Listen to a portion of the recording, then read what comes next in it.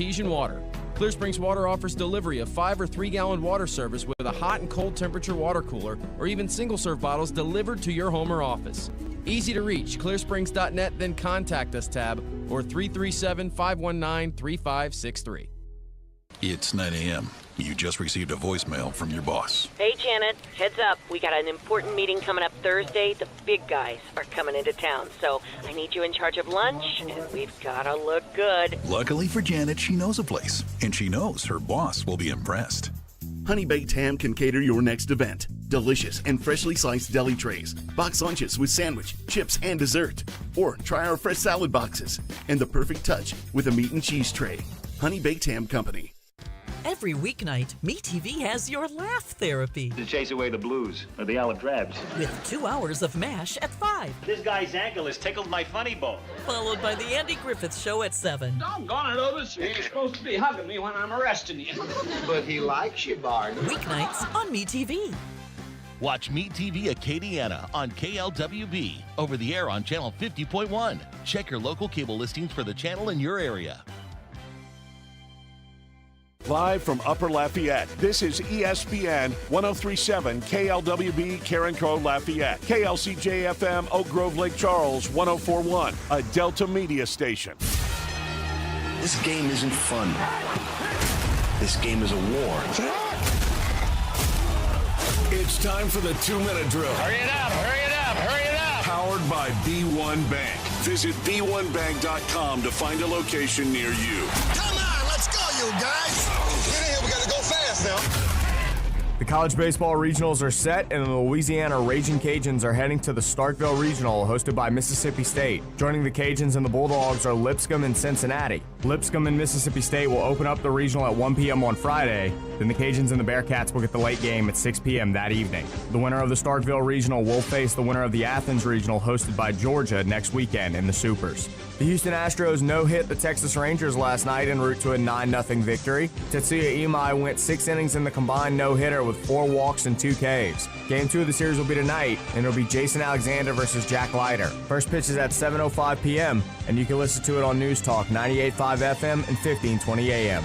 And around the AL West, only one other game was in action, with the Seattle Mariners taking a 9-2 victory over the Athletics. With those results, the Athletics still sit in first place, with Houston now only 3.5 games back. Last night in the NBA, the New York Knicks swept the Cleveland Cavaliers after their 130-93 win on the road. With that win, the Knicks have swept their last 2 rounds and will get another extended break as they wait for the winner of the Western Conference Finals to see who they'll play in the championship series. Speaking of the Western Conference Finals, Game 5 between the San Antonio Spurs and the Oklahoma City Thunder will be tonight in OKC. The series is tied up at 2-2, but the Thunder are a 5.5-point favorite tonight at home. Tip-off is at 7:30 in the Paycom Center. I'm Blake Persher, and you're listening to ESPN 1037 Lafayette and 1041 Lake Charles, your home for the LSU Tigers and the Houston Astros. The 2-minute drill has been powered by B1 Bank. Visit b1bank.com to find a location near you. This is ESPN 1037 Lafayette and 1041 Lake Charles, Southwest Louisiana's sports station. This is 2 hours of sports talk like none other. Footnotes with the man who speaks his own language. Me fail English? That's impossible. Your host, Kevin Foote.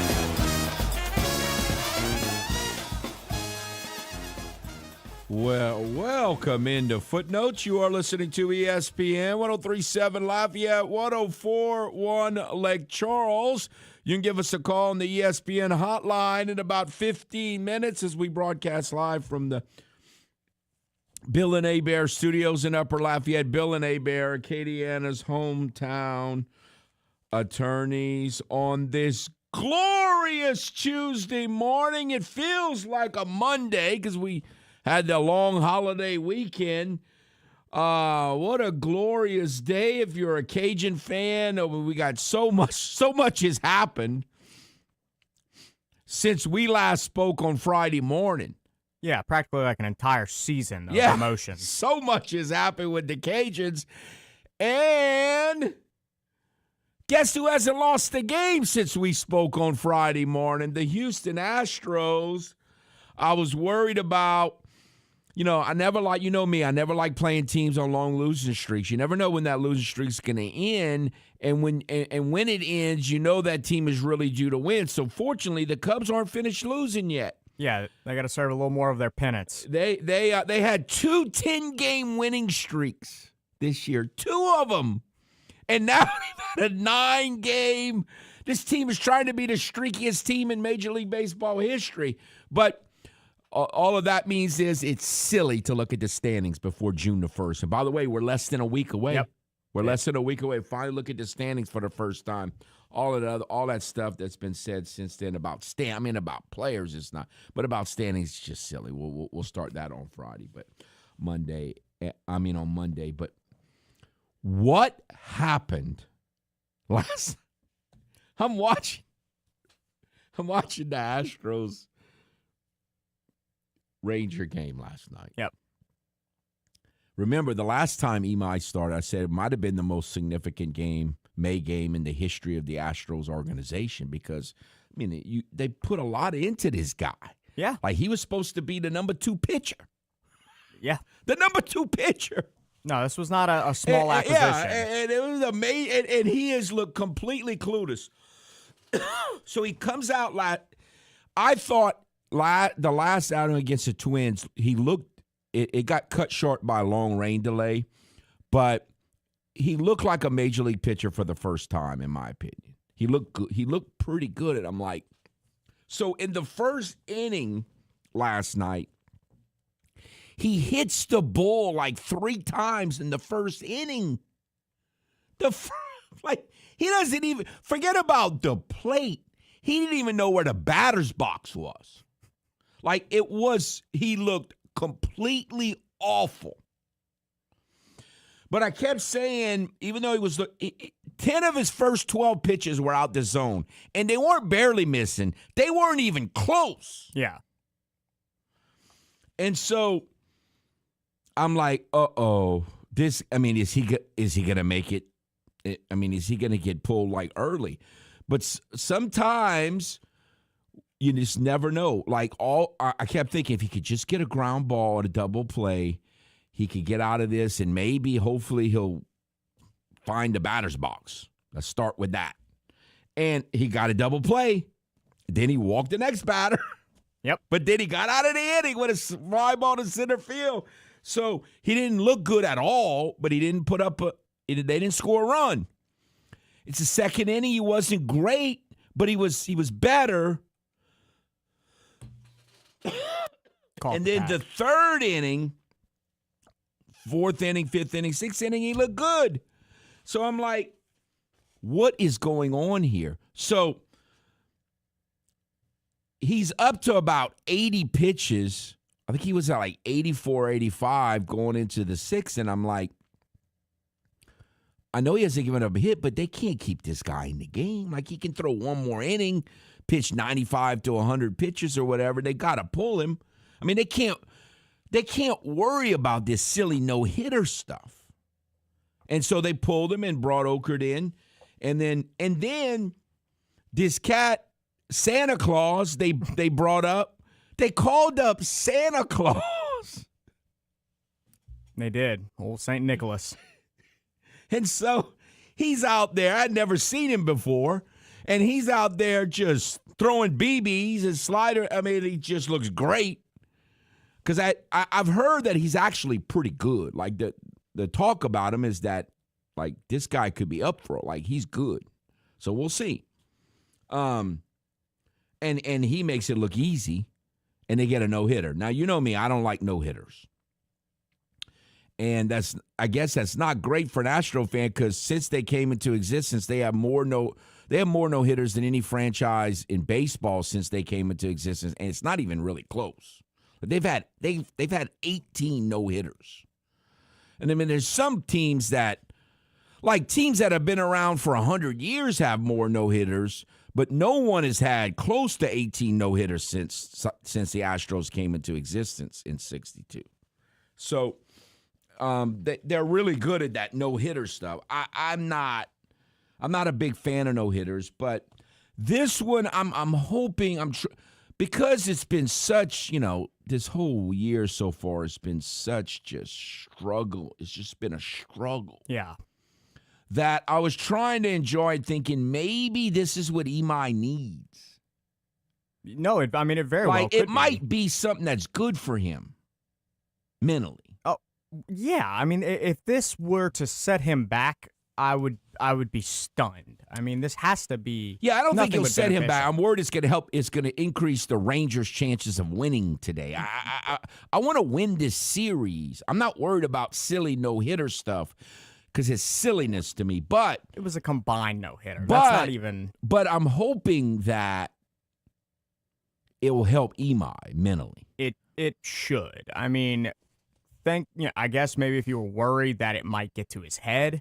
It's a combined no-hitter, so it's not like it was, he went out and did it all by himself. Maybe that can kind of bring him back down to earth if that was what you were worried about, but I don't see how this could negatively affect him. I don't even know if he has a pulse. Well, he has to because he's, got nervous about playing in Houston and, not being at the same hotel. When you look at him and he does interviews, he doesn't even look like it's like his mind is a million miles away. Like it is. It's in Japan. He is really strange. But anyway, I don't know. It was just bizarre to see that not that it happened, but that it happened when Imai pitched. Yeah, I mean, you gotta love it, and you have to hope. And look, I don't love it. I'm not an Astros fan. It's like, what am I watching? But that's got to help him. And, like I said, he's always – his mind's still been in Japan. He's had trouble acclimating here. Maybe something flipped, and now he's got it. And we'll all have egg on our face, and he becomes one of the best pitchers in the MLB. Possible. Walker has hit, 3 home runs since – or is it 4? I think 3 home runs since we last spoke on Friday. He had a 2-homer game and a 3-0 win over the Little Cubs. And then the 2 home runs that the Astros hit last night were just line drives. All home runs are good, but these were both. El Perro Grande just hit a line drive, and Walker just hit they were just crushed line drives. They got out off the bat. I didn't think that they would be homers because they were hit so low, but they both got out. It was Isaac Paredes was awful again last night. Like he's got to wake up. If they can just get. Even with the non-major league outfield that they have right now, if they could just get Isak to play close to what he was doing last year before he got hurt. He's been awful this year. Awful. Because Walker's doing, El Perro's been in a slump for a long time now, but, he's still, a good hitter. And if they could just get Paredes to do something, he's just been awful. Then, they might be able to score some runs because the truth of the matter is they're playing great defense right now, and their bullpen has been better than it should be, and it's getting better because it's got personnel, and now it's got Santa Claus. So now it's got Santa Claus. Anyway, it's going to be interesting to look at the standings on June the 1st. To see how everything's looking, because I've heard a lot of great stuff about some teams, terrible stuff. I'm like, it's too early to worry about all that stuff. So I've been every now and then I'll mention the standings in the 2-minute drill just to kind of keep people up to date. And I know you're not gonna look at them until next week. I'm going to lose my mind if they've been in last place pretty much all season, and then next week when you finally look at the standings, they're in like second or first place. And y'all, then maybe the message there is I'm right. It could be, but mine's more so to kill time. It's silly to worry about what the standings are. You don't even know who you are until the summertime as a team. Yeah. Like look at the Cajuns. We all thought we knew who the Cajuns were. Oh, absolutely. This team can't hit a lick. But that was up until, pretty late in the season, and this is only 60 games. Oh, yeah, I know. That's about what we played, and we don't have any idea who these teams are yet. That is a very good point. That is trade deadline, all that, It's unbelievable. All right, so we got a lot to unpack about what to make of the Cajuns. And yesterday, obviously, we found out the 64-team field, and the Cajuns will be headed to Starkville. And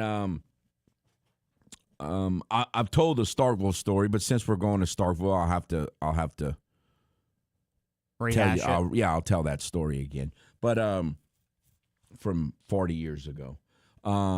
But before we go to a timeout and get to the college baseball and the Cajuns and the regionals and all that, what is our poll question of the day, sir? Yes, well, it's funny you say that because it does pertain to the regional. UL fans, how do you feel about the pairing? Do you love it? Are you okay with it? Do you hate it? Or you do not care? I thought what I thought going into yesterday was that they would go to Austin unless Texas State got in. And I didn't know whether Texas State. I knew Texas State would be the last team for the Sun Belt, and I thought they'd be on the bubble for getting in right on that edge, getting in or not getting in. And so if Texas State got in, I didn't think the Cajuns would go to Austin, but I thought they'd go to Austin if Texas State didn't get in. Well, as it turns out, Texas State did get in. And so I would have thought College Station, Tuscaloosa, or Starkville is what I thought was going to happen, and it turned out to be that. It gets a little nerve-wracking when you get down.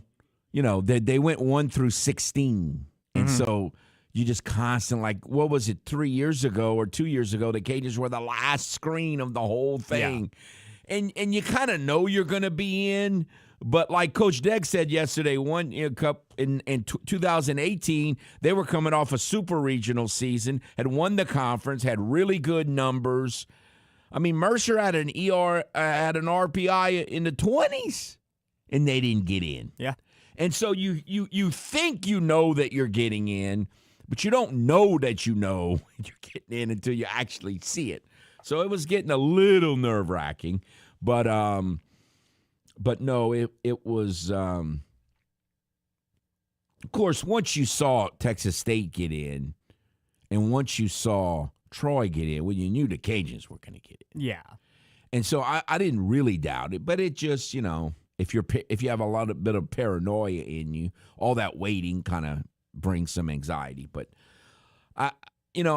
my initial response when people talked about going to Starkville first, I was like, no, just because I know it's one of the best atmospheres in all of college baseball. It's a tough place to play, I would say, and so I'm hoping and I'm thinking this team and their attitude will probably like that. Like it probably won't intimidate them. They'll probably handle that pretty well.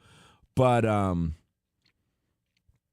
they can hit. Cincinnati can hit, and we'll talk about all that. But it is what it is. It's no use to argue too much about it because that's where you're going. And so, it's certainly not an unfair regional by any means. And so now you just got to play. And we'll talk about whether they're too worn out and all that kind of stuff as the week goes on. For now, we'll take a timeout and be back. Stay tuned. This is Footnotes, live on ESPN 103.7 Lafayette and 104.1 Lake Charles, Southwest Louisiana's sports station. May is Military Appreciation Month, and ESPN 103.7 Lafayette, 104.1 Lake Charles, and Nolan's Lawnmower Sales and Service off I-49 in Carencro, honoring our military all month long. Nolan's Lawnmower Sales and Service owners Stacy and Dawn Benoit would like to take this opportunity to recognize all of our current service members, veterans, and families. Nolan's takes pride in honoring all military personnel as well as first responders by offering special discounts on its zero-turn mowers. May is Military Appreciation Month, and we salute you. Powered by Nolan's Lawnmower Sales and Service, ESPN 103.7 Lafayette, 104.1 Lake Charles, Southwest Louisiana Sports Station. ESPN 1037 Lafayette and 1041 Lake Charles is the proud winner of 4 2026 LAB Prestige Awards, including Best Use of Digital Media, Foot's Friday Fury, Best Live On-Site Remote for our Super Bowl Radio Row coverage, Best Promotion for our No Shave November initiative, and Radio Young Professional of the Year for Dawson Iserloh. We're proud of being Southwest Louisiana's sports station and are humbled to be recognized by the Louisiana Association of Broadcasters. We are the soldiers of the Louisiana Army National Guard. We are your neighbors. We are your sons and daughters. While we serve part-time, we are learning valuable life and job skills. We are earning money for college, for trade and technical schools, and for certifications. We are proud to serve both our country and our home state. We are your Louisiana Army National Guard. Sponsored by the Louisiana Army National Guard. Aired by the Louisiana Association of Broadcasters and this station. MeTV is America's #1 classic entertainment television network. And here's one of the reasons everybody loves MeTV. Oh, it's a classic. The great comedy lineup on weeknights. This will be fun. Come on. With MASH. Loaded with snappy comebacks. The Andy Griffith Show. I was just funning with Barney. And Everybody Loves Raymond. Now we got a show. Watch Meet TV Acadiana on KLWB, over the air on channel 50.1. Check your local cable listings for the channel in your area. We are the NFHS. That stands for the National Federation of State High School Associations. But really, what we stand for, together with the LHSAA, are the 110,000 high school sports students in Louisiana. And so we stand. We stand for the runners, soccer, and basketball players. We stand for their coaches, administrators, and officials. We stand for the swimmers, football players, and wrestlers. We stand for the golfers, softball, and volleyball players. We stand as the national leader and advocate for high school athletics and all who participate in them and make them possible. Because it is our purpose to ensure that high school students get to play, perform, and compete together. To learn more about who we are and what we stand for, visit nfhs.org. I've been driving trucks for a long time. Safety is my #1 priority. I know that my truck has huge blind spots. That's why I remember to check my mirrors often for smaller vehicles. Everyone can help keep our roads safe. Next time you're behind the wheel, try to avoid lingering in those blind spots. It can be dangerous. Let's all plan to share the road safely. Learn how at www.sharetheroadsafely.gov.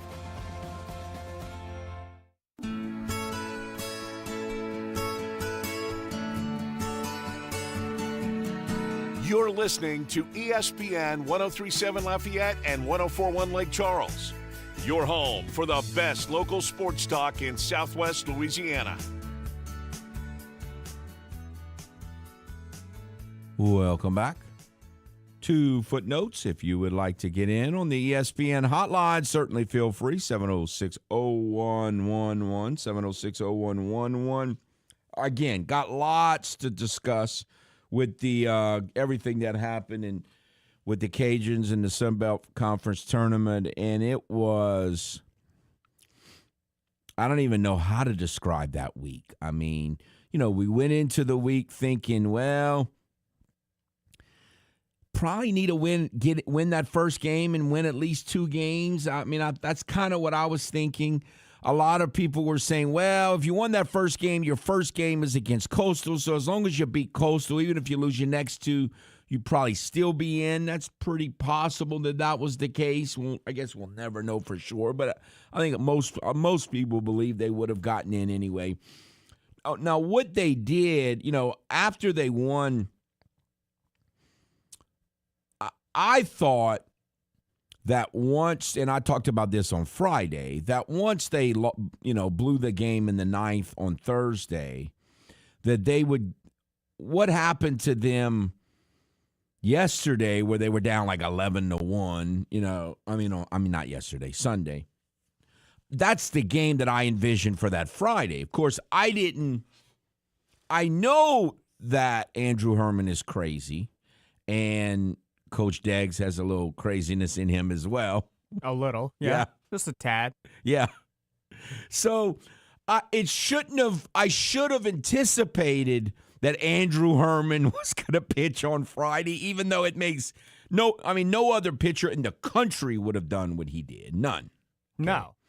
And so I should have anticipated that they're crazy enough to do that. But basically, they postponed the start that they got off on Sunday a couple days because him and Parker Smith are both guys that can throw like almost every day. I mean, so like they allowed a staff that wasn't real deep to act more like they're a little deeper than they actually are. And again, he threw 90 pitches on Wednesday and then 77 more pitches on one day's rest on Friday. And I don't know if you were listening, if you follow the tournament, they had all kind of weather problems, and so they had to go to Troy. The Cajuns, went back and forth to Troy 3 times, which is basically 6 trips, 1 trip there and 1 trip back.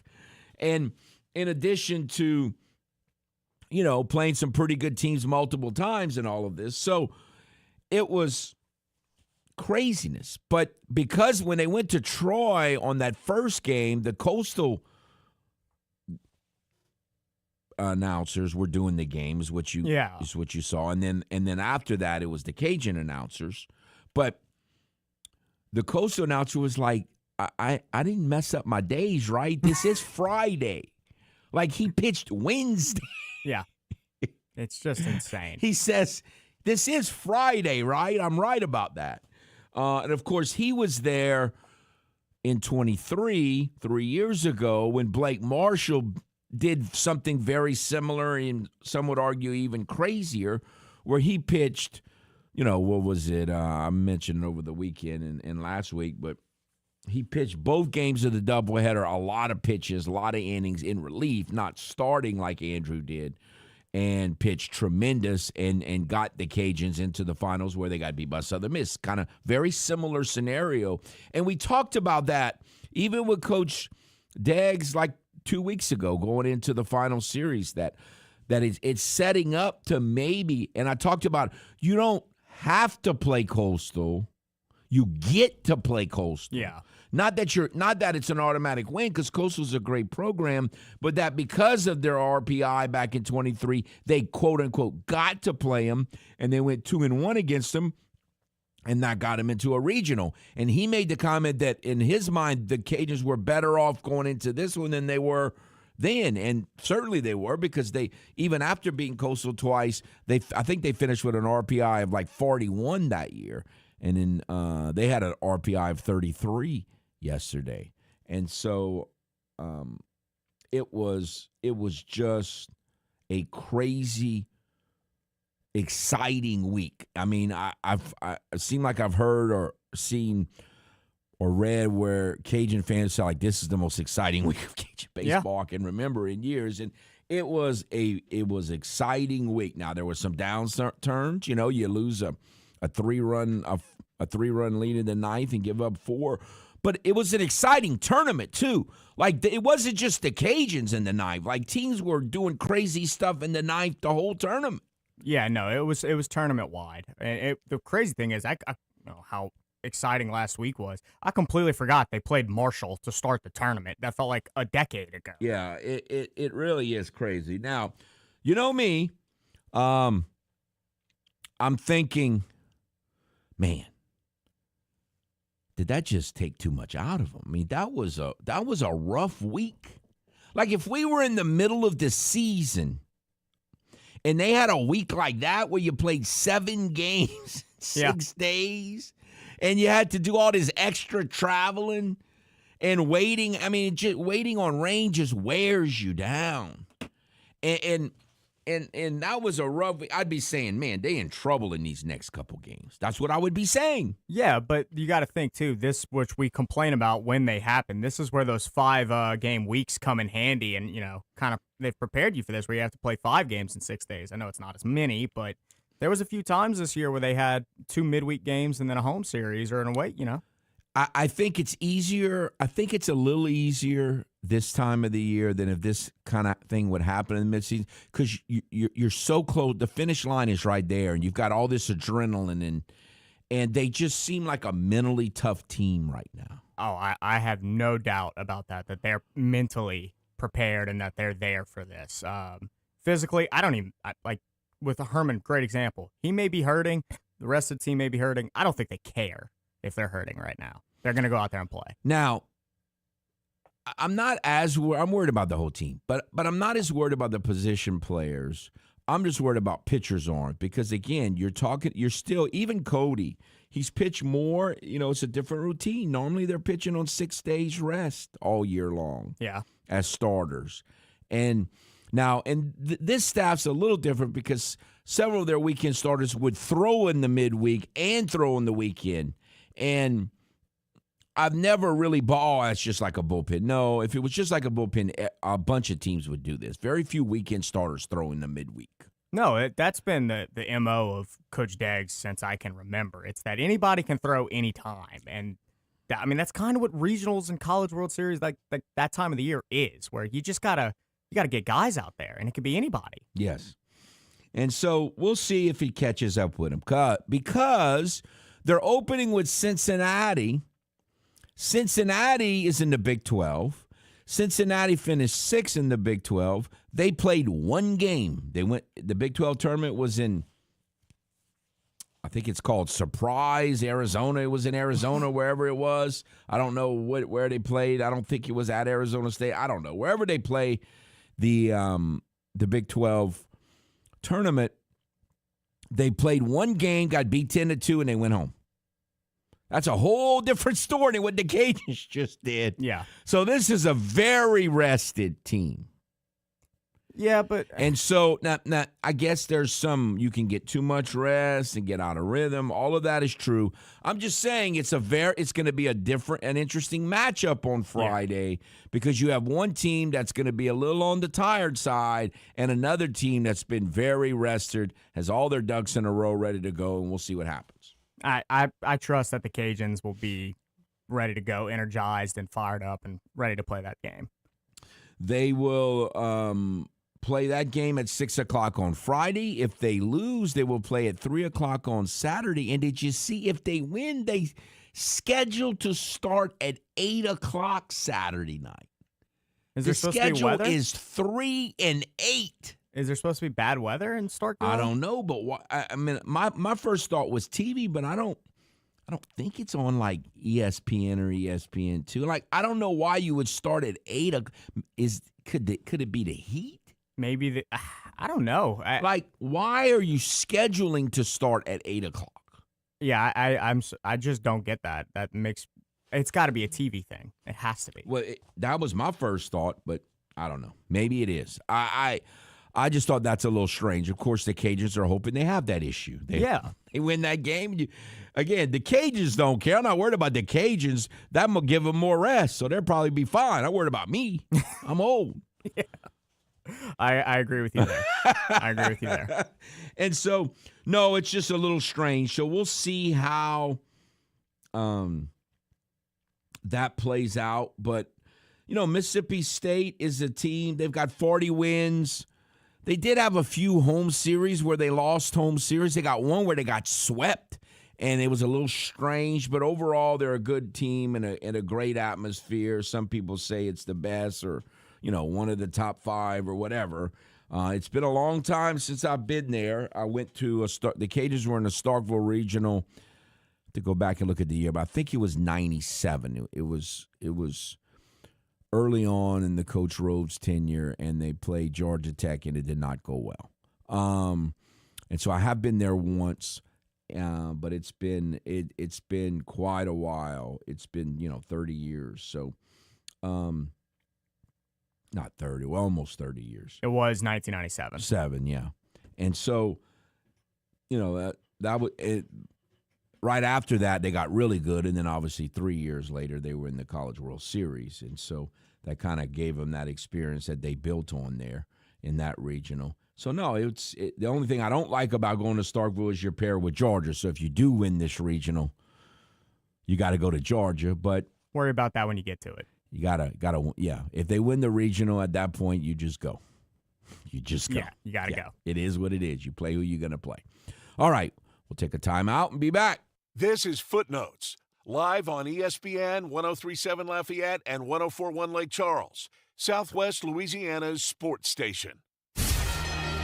This game isn't fun. This game is a war. It's time for the 2-minute drill. Hurry it up, hurry it up, hurry it up. Powered by B1 Bank. Visit b1bank.com to find a location near you. Come on, let's go, you guys. Get in here, we gotta go fast now. The college baseball regionals are set, and the Louisiana Raging Cajuns are heading to the Starkville Regional, hosted by Mississippi State. Joining the Cajuns and the Bulldogs are Lipscomb and Cincinnati. Lipscomb and Mississippi State will open up the regional at 1 p.m. on Friday. Then the Cajuns and the Bearcats will get the late game at 6 p.m. that evening. The winner of the Starkville Regional will face the winner of the Athens Regional, hosted by Georgia, next weekend in the Supers. The Houston Astros no-hit the Texas Rangers last night en route to a 9-0 victory. Tetsuya Imai went 6 innings in the combined no-hitter with 4 walks and 2 Ks. Game 2 of the series will be tonight, and it'll be Jason Alexander versus Jack Leiter. First pitch is at 7:05 p.m., and you can listen to it on News Talk 98.5 FM and 1520 AM. And around the AL West, only one other game was in action, with the Seattle Mariners taking a 9-2 victory over the Athletics. With those results, the Athletics still sit in first place, with Houston now only 3.5 games back. Last night in the NBA, the New York Knicks swept the Cleveland Cavaliers after their 130-93 win on the road. With that win, the Knicks have swept their last 2 rounds and will get another extended break as they wait for the winner of the Western Conference Finals to see who they'll play in the championship series. Speaking of the Western Conference Finals, Game 5 between the San Antonio Spurs and the Oklahoma City Thunder will be tonight in OKC. The series is tied up at 2-2, but the Thunder are a 5.5-point favorite tonight at home. Tip-off is at 7:30 in the Paycom Center. I'm Blake Persher, and you're listening to ESPN 103.7 Lafayette and 104.1 Lake Charles, your home for the LSU Tigers and the Houston Astros. The 2-minute drill has been powered by B1 Bank. Visit b1bank.com to find a location near you. Memorial Day weekend is the unofficial start of summer, a 3-day celebration of car sales, barbecues, and gatherings. But it's not just about that. It's about honoring the fallen, those brave men and women who gave all so we can live free. This Memorial Day, display the flag proudly. Visit a national cemetery or local memorial and pray for those fallen and for those men and women who are still serving our nation. In honor of those who paid the ultimate price. ESPN 103.7 Lafayette and 104.1 Lake Charles, Southwest Louisiana's sports station, remembers. This is your Chiropractic Expert Minute, brought to you by Dr. Quentin Briscoe, chiropractic physician. Hello, I'm Dr. Quentin Briscoe. Veterans, are you struggling with chronic back pain, neck issues, or reduced mobility? You're not alone, and you have options. Chiropractic care is part of your VA health benefits, and at Briscoe Chiropractic, we specialize in non-surgical, drug-free solutions to help manage your pain and improve your well-being. We are proud to work with the VA Community Care Network. Let us help you regain your mobility and enjoy the active life you deserve. In addition to the VA Community Care Network, we are also in network with Blue Cross Blue Shield and Aetna. We accept motor vehicle accidents and workman's comp cases. To schedule an appointment with Briscoe Chiropractic, visit drqmb.com or call 337-534-0091. That's drqmb.com or 337-534-0091, because your spine deserves expert care. At Waterboys Water Well Services, we're more than just a quick fix. A handshake means more to us than a contract. From water treatment that protects your home and health to expert well drilling, pump installation, and maintenance, we've got your water covered. Cleaner, safer, better tasting water starts with trust and ends with Waterboys. Proudly serving Louisiana families with integrity and experience. Waterboys, high quality H2O products, 337-678-9955. We are the soldiers of the Louisiana Army National Guard. We are your neighbors. We are your sons and daughters. While we serve part-time, we are learning valuable life and job skills. We are earning money for college, for trade and technical schools, and for certifications. We are proud to serve both our country and our home state. We are your Louisiana Army National Guard. Sponsored by the Louisiana Army National Guard, aired by the Louisiana Association of Broadcasters and this station. Your Honor, I would like to introduce exhibit number 1. MeTV is America's #1 classic television network. There can only be one number 1, me. MeTV features over 60 of the greatest classic TV series each week. Go with the winner. Enjoy dramas, comedies, westerns, sci-fi, and more. You just watch me. Watch MeTV Acadiana on KLWB over the air on channel 50.1. Check your local cable listings for the channel in your area. MeTV is memorable entertainment television.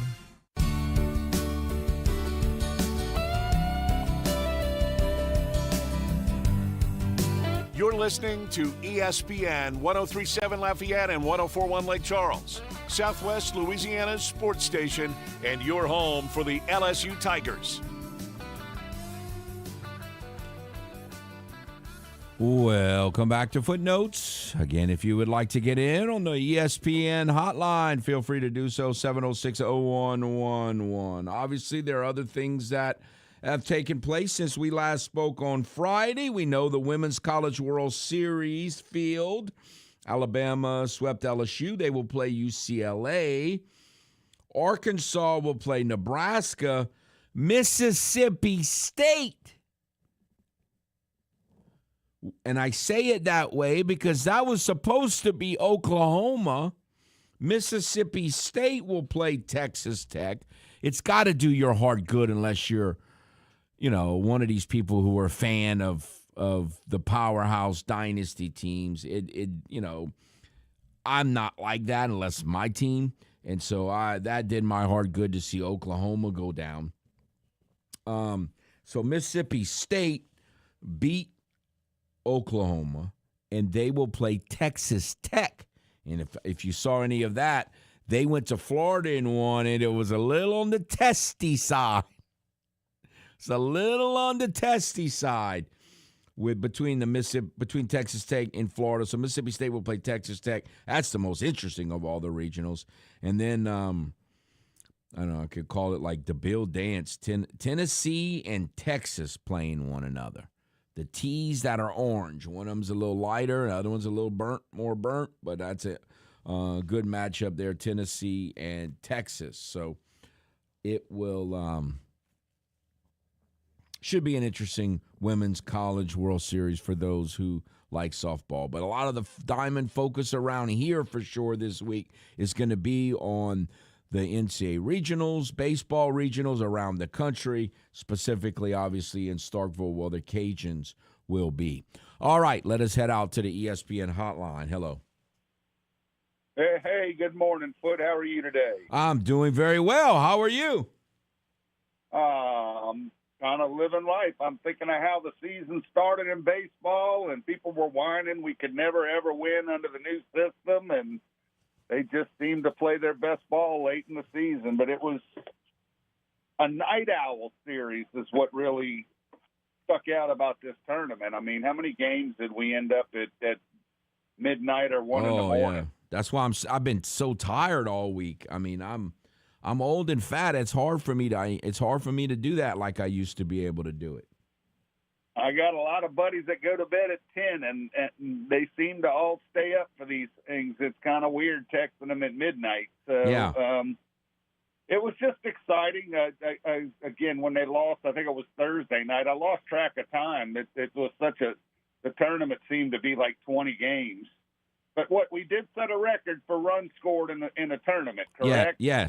Yes. Okay, and that's what really stuck out to me is all of a sudden we started hitting the snot out of the ball, and you question where was it. But more importantly, it's good that the Sun Belt got some love. I mean, I questioned if they put 5 Sun Belt teams in, and as we'd advance, I'm thinking, okay, beating Coastal, which was pretty incredible, 4 times over a 5 or 6 day period. I thought for sure that's going to get the Cajuns in.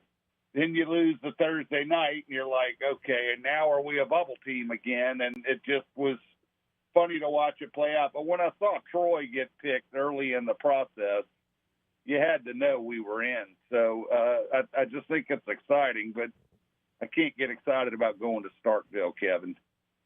Me personally, packing my wife in a car and going to Starkville, that just is hard to get excited about. No, look, it's a great atmosphere. It's a fun college atmosphere. No question about it. Everyone that's been there says that. I think it's probably a little tougher to play there, but again, this team might embrace that. We'll see how they do. I think they will. And look, they got behind by a ton early, and they never stopped fighting in that last game against Southern Miss. And I did think Southern Miss would sneak into the top 8. They were number 9, but that's a really good ball club, Southern Miss. So you got nothing to hang your head down in losing that game. But they never stopped. They never quit, which was impressive. And, boy, they made the end of the season fun for us. When early in the season it wasn't always pleasant. So hats off to the Cajuns. Good luck. And I'm still having a hard time getting over when we hosted a regional and a super regional and Mississippi State came down here and basically trashed the program and trashed the fans and trashed the whole process. So I'm hoping we go up there and get a little payback. That will be nice. I appreciate the call. Yes, no question. It was, look, they crushed the ball. I mean, in that tournament. And, they hit the ball pretty well down the stretch. So, I mean, the offense obviously got going. And, that's not totally unusual that you swing the bats more. The hotter the weather gets, the more you swing the bats. We've seen that before from teams. But no, there's no question that early on they weren't a good offensive team. But also, again, they played a lot of home games. Early on, they played a lot. They weren't ready to be a good offensive team, but they were also playing a lot of home games. And this is not a hitter's park. The Teague is not a hitter's park. And so when you're going to play against good teams early in the season, well before you hit your stride as an offensive team, and you're playing the vast majority of your games at home, you're probably not going to have great offensive numbers. And so, there's no question they had to get better offensively, but they have. I mean, they just, Maddox Mandino has to play. I forget exactly. He was hitting like 228 on the season coming into the tournament. And at one point in the tournament, he was 11 for 20, hitting like 550 in the tournament. And so, you had that, and so many guys got such big hits.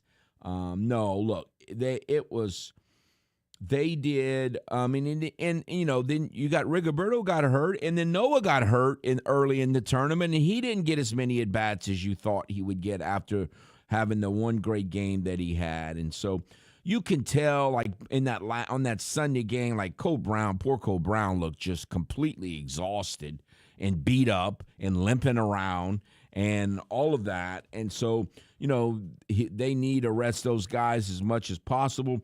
But I thought Drew Markle had a great tournament and hit the ball hard. Donovan LaSalle certainly, he hit 3 bombs and did good there. And so there was just so many heroes and unsung heroes for that week. But no, they did a lot of really good things. But, they're going to be facing teams that can really swing it.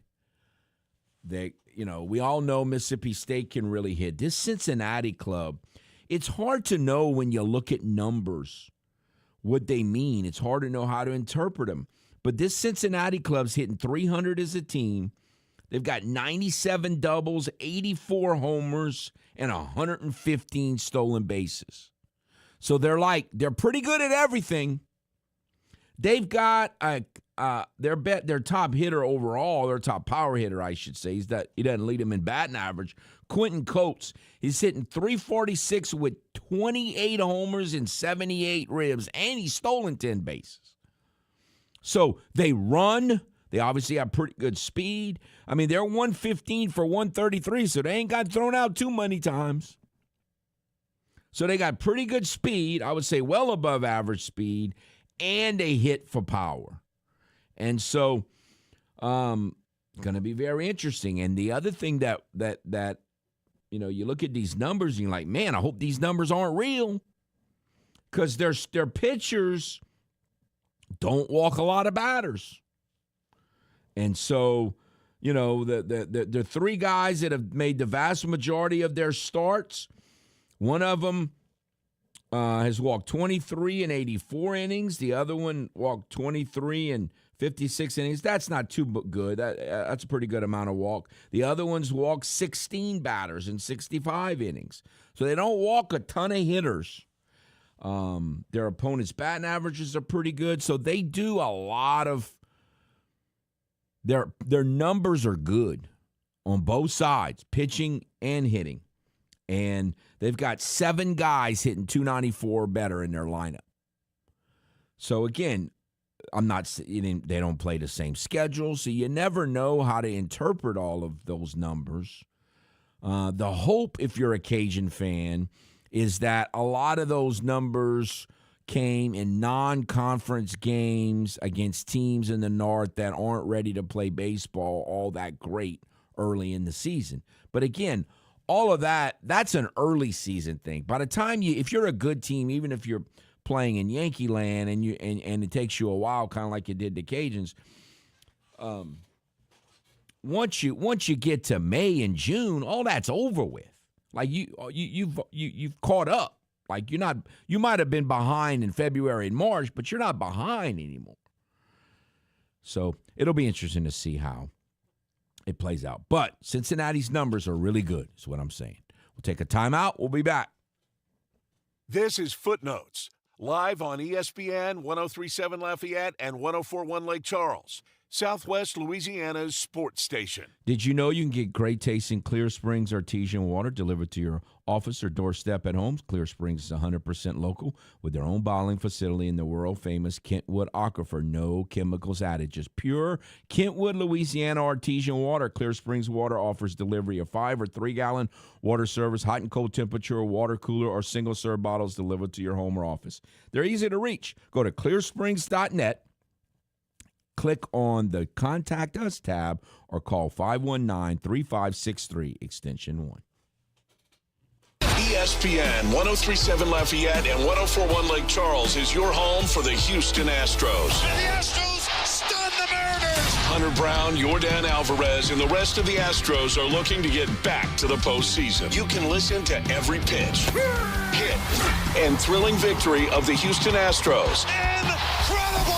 As Robert Ford and Steve Sparks will be on the call. Tune in this season for live Astros baseball on Southwest Louisiana's sports station. Looking for the perfect place to play golf in the heart of Louisiana? Look no further than Farm Alley Golf Club in Carencro. Whether you're a seasoned pro or just getting started, we've got a course for you. With lush fairways, challenging holes, and spectacular views, our 18-hole course offers a top-tier experience for golfers of all skill levels. Book your tee time at farmdalleygolfclub.com today, and don't forget, weekend rates include free range balls to help you warm up before you hit the course. Get out to Farm Alley Golf Club in Carencro, Louisiana. Your next golfing adventure is just a click away. Visit farmdalleygolfclub.com to book your tee time now. See you on the greens. Hi, I'm Nancy Landry. No matter what part of our great state you call home, Louisiana's elections are an important part of who we are. In 2026, closed party primaries will change how some of those elections happen, so you'll want to know what to do.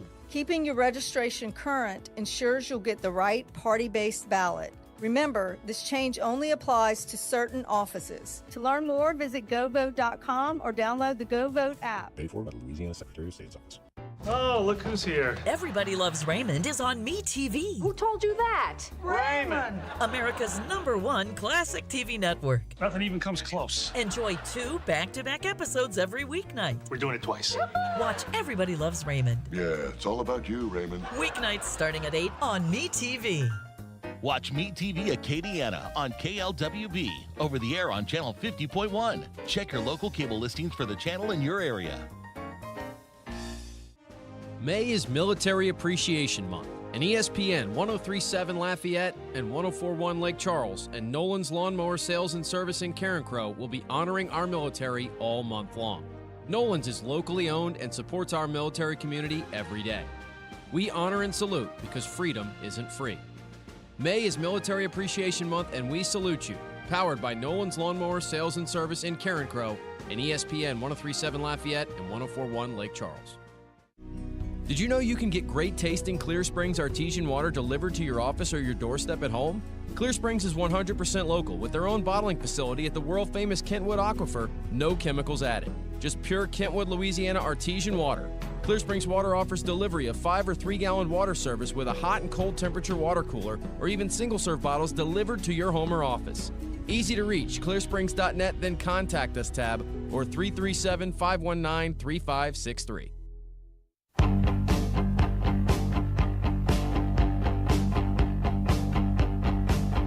You're listening to ESPN 1037 Lafayette and 1041 Lake Charles, Southwest Louisiana's sports station. Your home for the Houston Astros. Welcome back to Footnotes. As if it's a Tuesday that feels like a Monday, got a lot to get caught up on. Obviously, we'll be talking baseball regionals all week as we lead up to the Cajuns playing Cincinnati at 6 o'clock on Friday in Starkville. Well, I guess I'll tell I call it Starkville because back in 1986, I think it was, former sports editor and I, Bruce Brown, drove. The Cajuns were playing Mississippi State in football. Rocky Felker was the coach at Mississippi State back then. And we got a little lost. You know, this was way before GPS. We got a little lost. Neither of us had ever been to Starkville. And so we stopped at this place in Philadelphia, Mississippi, and hometown of Marcus Dupree.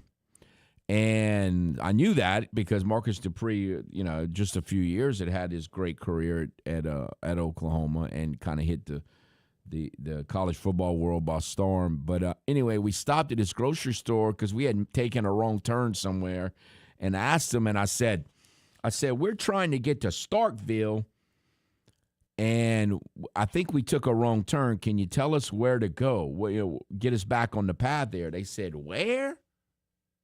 I said, we're going to Starkville. And they looked at me like I was from Mars. They had no idea what I was talking about. And I said it again. I said, well, we're going to a football game in Mississippi State. He says, oh, you mean Starkville? I said, yeah, Starkville. So I normally I say Starkville. You got to say it right. Can't say Starkville. Got to say silly us. You got to say Starkville. And so, the Cajuns are going to play. We're going to make a trip to Starkville.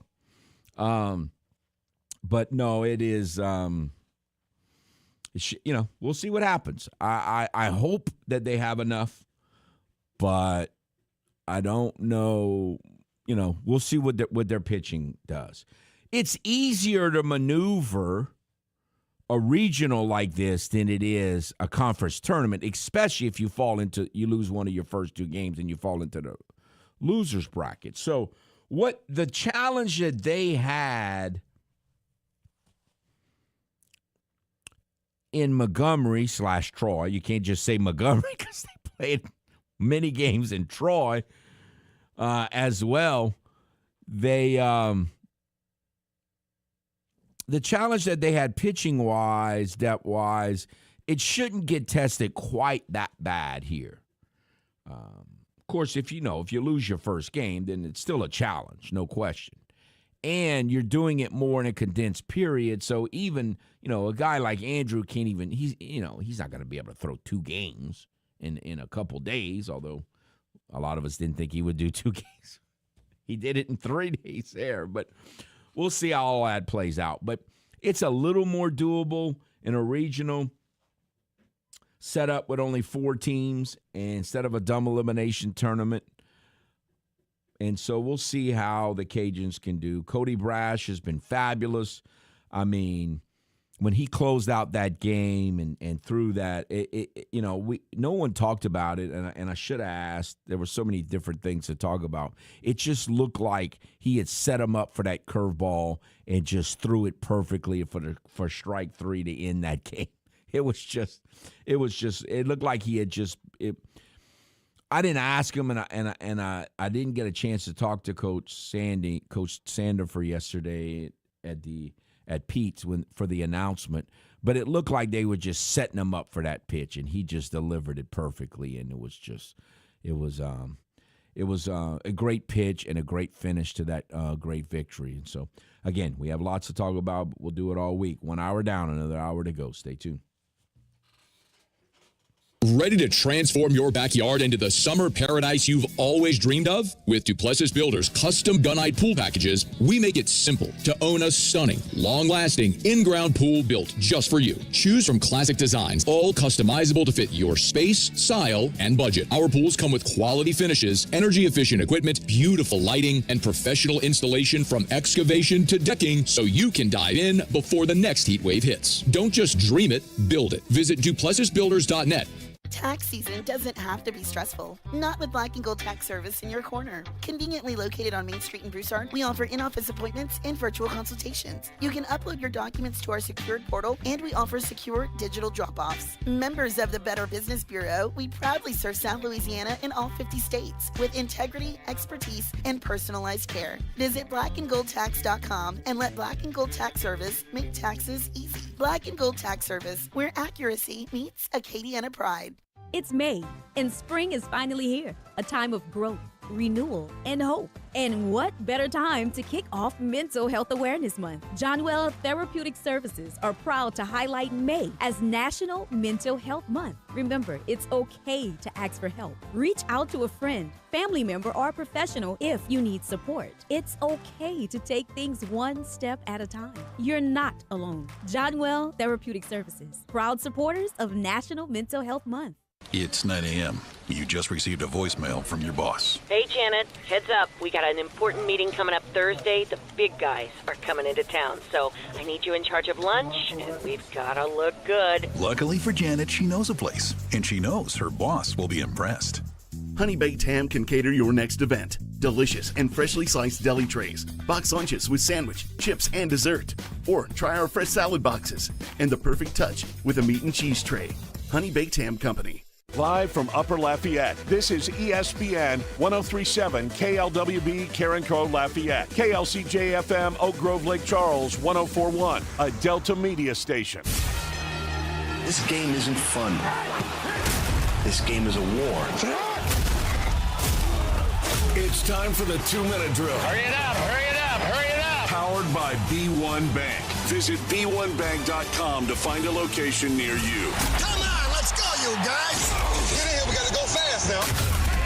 The college baseball regionals are set, and the Louisiana Raging Cajuns are heading to the Starkville Regional, hosted by Mississippi State. Joining the Cajuns and the Bulldogs are Lipscomb and Cincinnati. Lipscomb and Mississippi State will open up the regional at 1 p.m. on Friday. Then the Cajuns and the Bearcats will get the late game at 6 p.m. that evening. The winner of the Starkville Regional will face the winner of the Athens Regional, hosted by Georgia, next weekend in the Supers. The Houston Astros no-hit the Texas Rangers last night en route to a 9-0 victory. Tetsuya Imai went 6 innings in the combined no-hitter with 4 walks and 2 Ks. Game 2 of the series will be tonight, and it'll be Jason Alexander versus Jack Leiter. First pitch is at 7:05 p.m., and you can listen to it on News Talk 98.5 FM and 1520 a.m. And around the AL West, only one other game was in action, with the Seattle Mariners taking a 9-2 victory over the Athletics. With those results, the Athletics still sit in first place, with Houston now only 3.5 games back. Last night in the NBA, the New York Knicks swept the Cleveland Cavaliers after their 130-93 win on the road. With that win, the Knicks have swept their last 2 rounds and will get another extended break as they wait for the winner of the Western Conference Finals to see who they'll play in the championship series. Speaking of the Western Conference Finals, Game 5 between the San Antonio Spurs and the Oklahoma City Thunder will be tonight in OKC. The series is tied up at 2-2, but the Thunder are a 5.5-point favorite tonight at home. Tip-off is at 7:30 in the Paycom Center. I'm Blake Persher, and you're listening to ESPN 1037 Lafayette and 1041 Lake Charles, your home for the LSU Tigers and the Houston Astros. The 2-minute drill has been powered by B1 Bank. Visit B1Bank.com to find a location near you. This is ESPN 1037 Lafayette and 1041 Lake Charles, Southwest Louisiana's sports station. This is 2 hours of sports talk like none other. Footnotes with the man who speaks his own language. Me fail English? That's impossible. Your host, Kevin Foote.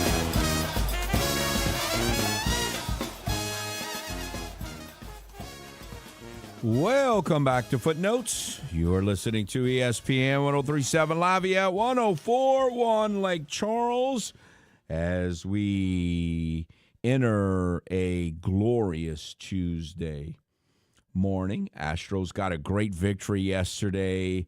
Tarnished a little bit in my mind by throwing a no-hitter, but I'm hoping that somehow they can turn that into a positive when normally it's all negative for me, especially in the first game of a series. I mean, the worst time to throw a no-hitter is the first game of a series.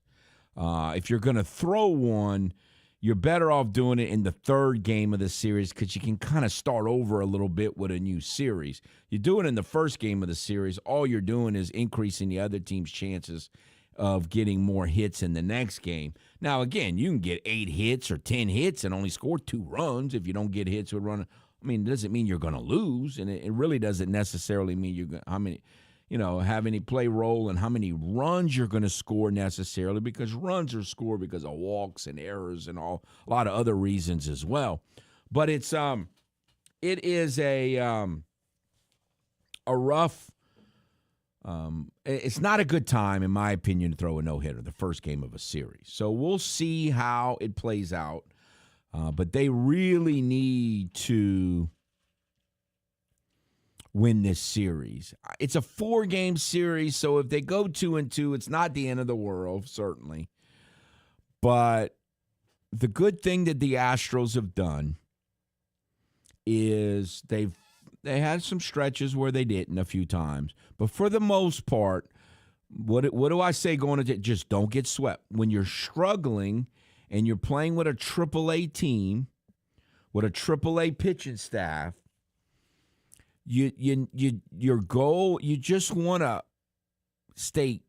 try to keep your head above water. Just don't get swept and try to win a series here every once in a while. And they've done a good job. Did they play well against the Punks? No, but they didn't get swept. They play well against the Yankees? No, but they didn't get swept. And they won a game in those series. And then now that you have a chance, you're getting a few players back, getting a few major league players back, and your bullpen is looking better. Your starting rotation at least has some hope. I mean, a month ago it was just absolutely dreadful. It's still not good, but it's not absolutely dreadful. They're due. They were on a pace to have the worst pitching staff in franchise history by far. And so they're due to get out, and they're starting to get people out. They got a lot of people out last night. They didn't give up any hits. Now, the Rangers right now have a AAA team. The Rangers are where the Astros have been a lot of this season right now. They've got some injuries to some of their better players, and they're trotting out a AAA lineup right now. And so they kind of seeing how the Astros have been living a lot of this season. And so it's, if you can take advantage of it, that's why I just hate throwing a no-hitter. But I'm hoping that it will give a team that probably needs a little confidence right now, some confidence. I'm hoping it'll help Imai, who probably needs a little confidence. But I don't. It's hard to figure out Imai because mentally he's just. I mean, if you watched, I don't know if you saw any of the interviews last night, and I understand he doesn't speak the language and how difficult that can be. I can only imagine. But it was. He just looks so distant. I mean, he's just, I don't know. Hopefully this will help him bond with the team, having this moment with the team. And by the way, on the TV broadcast, can you imagine the interview process that Julia had and the network had doing that game? So you have Imai, who has an interpreter. Then you have Santa Claus, who has an interpreter. And then you have Vasquez is a horrible interview. He speaks English fine, but he's a horrible interview. And then Okert.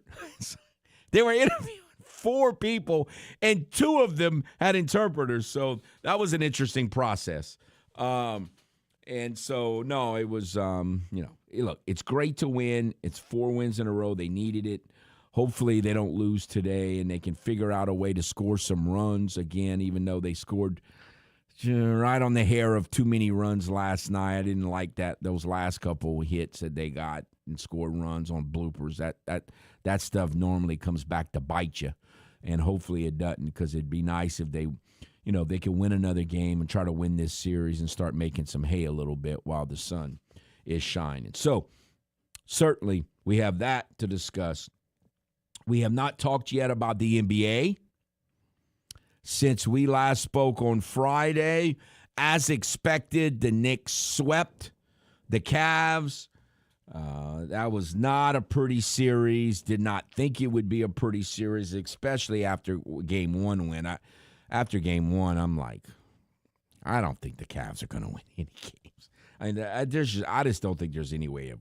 I didn't think there was any way of bouncing back from that. That was awful. That was an awful meltdown. And so I don't think, when you're not as good anyway, how do you come back from that? I just not a surprise at all. But the other series is really good. It's 2-2. Game 5 is tonight at 7:30. Game 6 is scheduled for Thursday.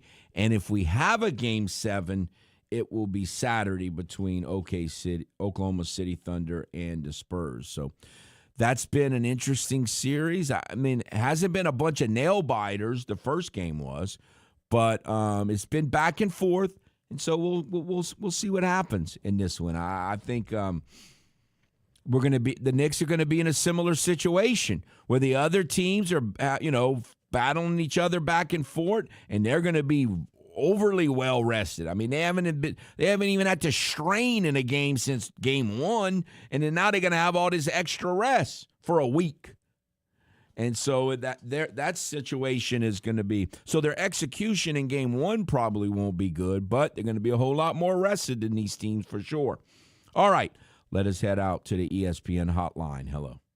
Yeah, I didn't watch a second of last night's game, especially when they won Saturday. I had some prior engagements. But I was talking to someone, a friend of yours, Sunday morning, and I kind of mentioned, how the Knicks took the less is more approach.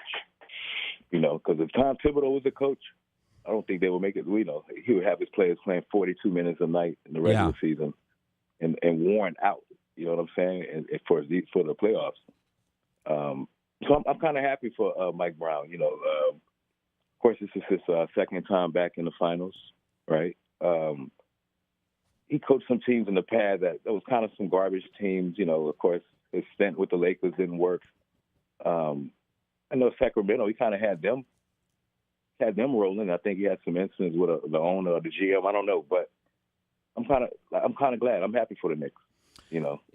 Mike Brown is definitely getting some redemption because he took some criticism at times this year because it was kind of a controversial firing of Tibb. But no, he's definitely getting the last laugh right now, no question. Yeah, and I'm did Orlando hire a coach yet? No, I don't think so. They did. I don't know. I mean, James would know that more than me. I've been following baseball. I've not heard that they've hired a coach. No. Yeah. And speaking of baseball, man, congratulations, man, to Louisiana baseball. Listen to the games over the weekend. Now, of course, I know you wanted to win the tournament, but hey, they're in the regionals. I think they can beat Cincinnati. And what was Cincinnati? Hey, wait, hold on, man. Mercer didn't make it, right? Mercer did not make it. Yeah, they had an RPI of 28. They did not make it. So Cincinnati made it? He was talking about their regular. Like, whoa, like, okay, like, what was their strength of schedule? Cincinnati. Do you have that in your? Let me. I can get that here pretty quickly here. Cincinnati's. Let's see, Cincinnati. Let me find them real quick. Their numbers were pretty good. They had an RPI of 22. Their strength of schedule was 39. Okay. So. Yeah. Now, what, in your opinion, I'm gonna hang up and hear your thoughts. What team qualified or what team made the postseason? You felt that no, they should have made it. And thank you. You have a good one. All right. Take care. I think the popular answer for many people is Kentucky. I think a lot of people were a little I mean, they're in the SEC, so are you ever going to be surprised if an SEC team gets the benefit of the doubt, especially in baseball or softball? Well, no. But if at first glance, without really studying it a lot, at first glance, a lot of people would say Texas State. I would understand that argument, but I kind of thought they had a chance to get in. Kentucky, I guess, would be the biggest one on that to answer that question. But it's hard to I was commenting about this last week. It just depends on what the committee views in the RPI. Some people have the opinion, well, the RPI factors in all of that stuff, so it is what it is. But that doesn't mean that the committee interprets it that way. Like the RPI, some people have an RPI based off their wins, like Mercer. Mercer had 44 wins. And so their RPI is largely based off the wins that they get, not so much off of their strength of schedule. And so their strength of schedule was 118. Jacksonville State's RPI was 25, but that was largely, they have 46 wins. I know that it was a different era, but a long time ago, the Cajuns in 89, in 88, they went to a regional for the first time. And in 89, they won 49 games. But their strength of schedule wasn't good. And so their RPI was largely based off of their wins. And not off, they didn't play a lot of really good teams, or and their strength of schedule wasn't good, so they didn't get an at-large bid. So, again, you're better off. Troy, like last year, didn't get in. And they were told, you got to strengthen your schedule. So what did Troy do? They went out and played a tough schedule. They only won 32 games. But their RPI was 35, and their strength of schedule was 8. And they rewarded them. So in other words, strength of schedule matters a lot for whatever reason for the committee right now. Mercer's had a better RPI, but most of their RPI was based off of their wins, not their opponents. Their strength of schedule was 118, and they didn't reward them. So you're better off playing a tougher schedule, even if you don't win as many games, is the point of that. All right, let us head back out to the ESPN hotline. Hello. Hey, Kevin, this is Coach. Good morning. How you doing? Good morning. Hey, glad to have all of you guys back on the radio, and we are here. Kevin, I want to go back to before the season started for UL baseball. You did a lot of explaining and a lot of conversation. You informed us. You talked to us. You gave us everything that we needed about what this team was like.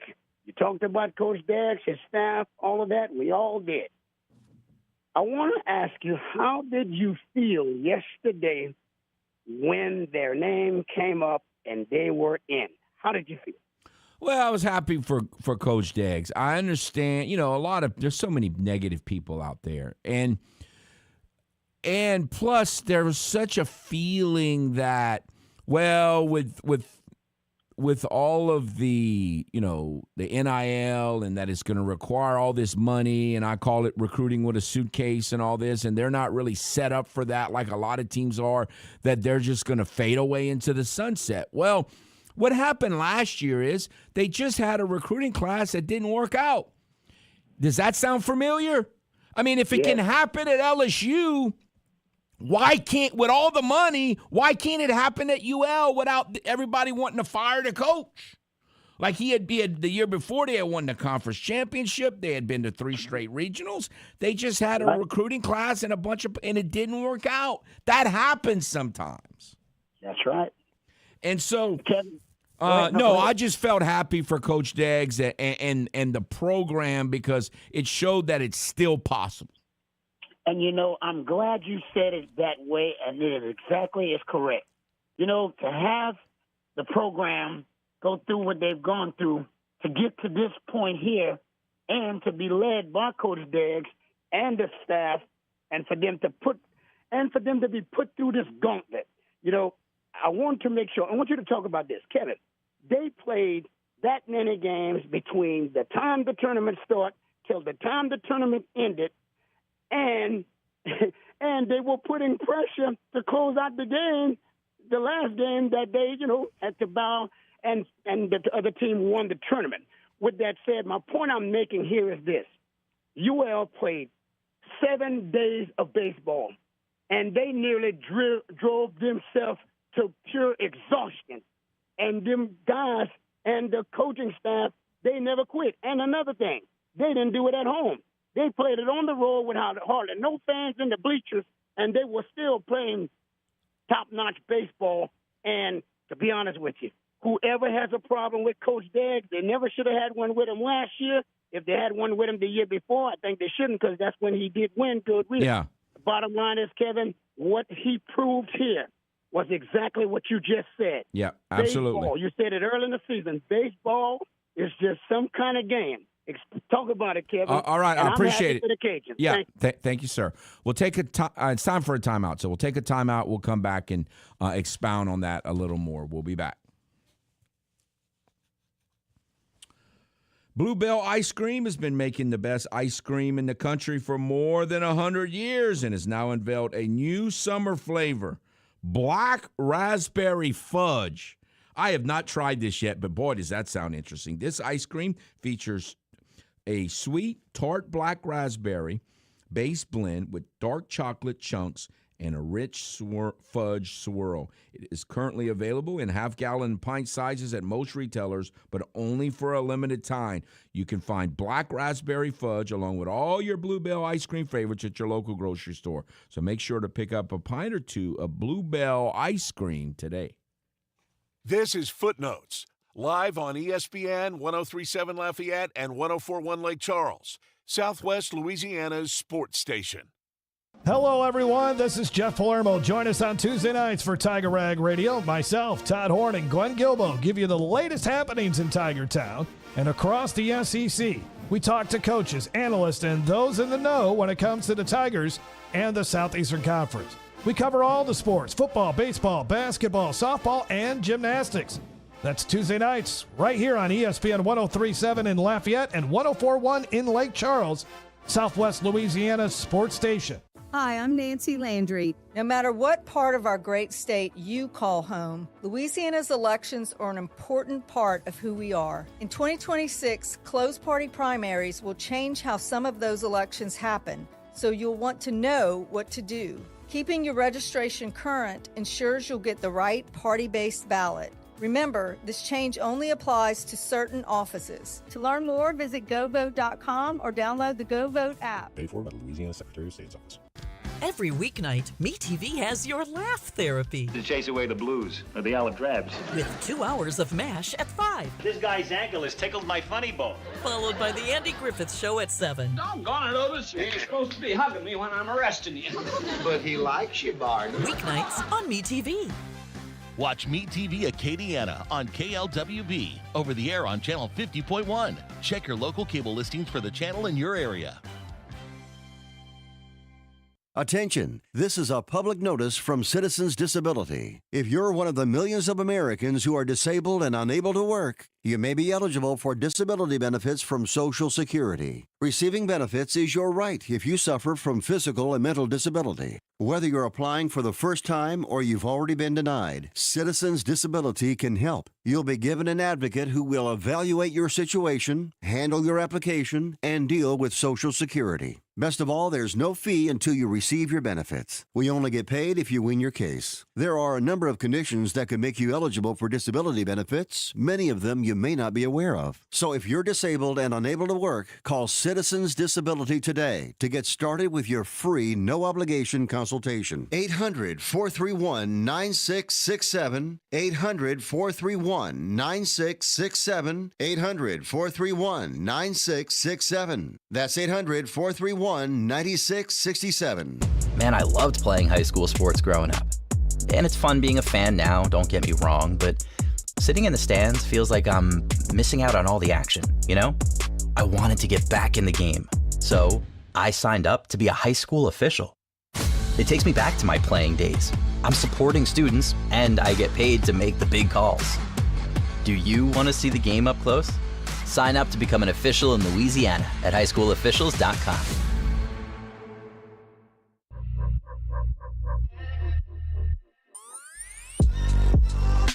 Back to the sports talk you not only want, but need. This is ESPN, 103.7 Lafayette and 104.1 Lake Charles, Southwest Louisiana's sports station.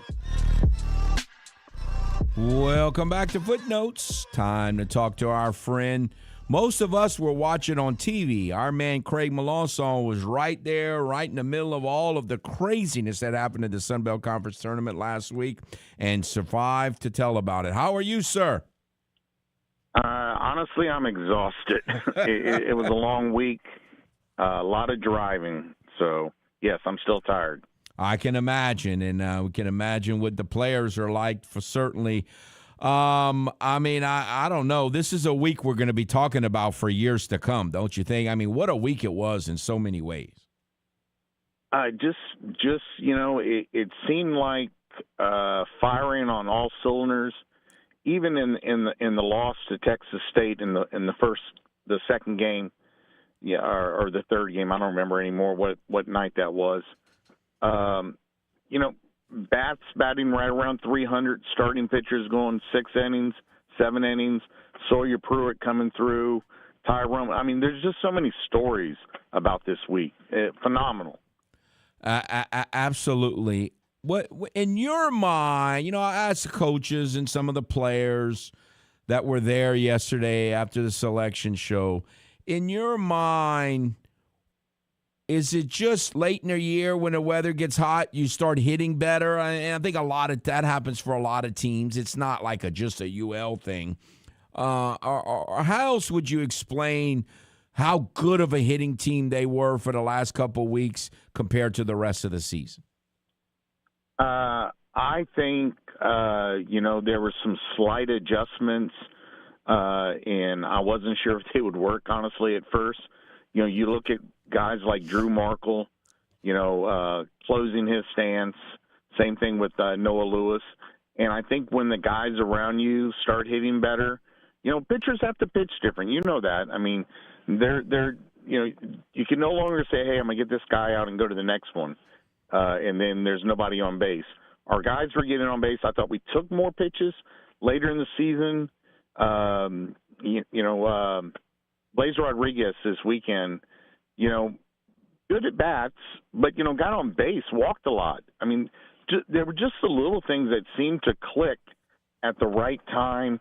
And honestly, I think it had to do with coaching. Coach Steggs was really able to coach these guys up, and you could see that when you got to the ballpark early, him putting his arm around them, talking about it, and doing the little things like that. I was very impressed with the way this team did that. One of the things, and you never know how it's going to parlay into the next series or the next week or the next season or anything, but one of the things that Coach Steggs said in one of the post-game press conferences was it looks like that it clicked for Donovan LaSalle, and you can see the talent that he has, the raw power and everything that he has. Do you feel like that happened? And boy, wouldn't that be something if it did? You can really tell the way Donovan started playing and just his confidence. After Noah Lewis's home run, I saw them both. They were walking down the hallway at the hotel, and I said, good job, Noah. And I said, Donovan, when are you going to hit one? He's like, I've got one, Mr. Craig. I've got one. I said, okay. And then he hit two in the game against Texas State. He really is a phenomenal athlete. If you look at everything, I think he's nothing against the guys that played in the outfield, but he's got an A-plus arm. And, if you're looking for somebody you want to ride on, I think Donovan's the guy.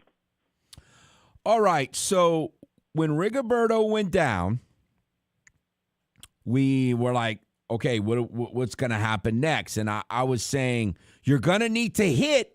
And I think we saw this last week. You're going to need to hit. And Owen did some good things offensively.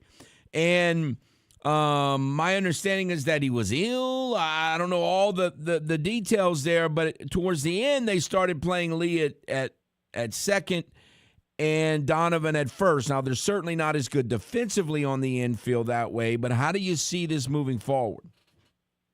One of the things that I think was a little bit not noticed as much, that Mark Collins came back with the thumb and everything, but you can tell Mark doesn't. I'm not sure if it's his grip or what with the thumb. If it's me, I'm putting Owen back at second, Donovan in right field, Lee at first, and then I am going to platoon Mark Collins and Spalita at the DH, depending on lefty-righty matchup.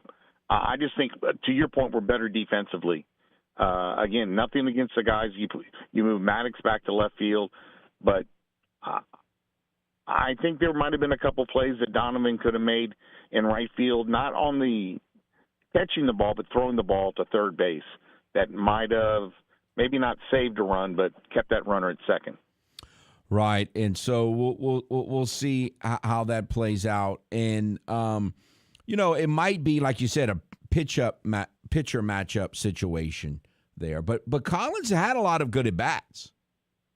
No, his bat is awesome right now. I just don't know that if it came down to throwing the ball home, how his thumb is working.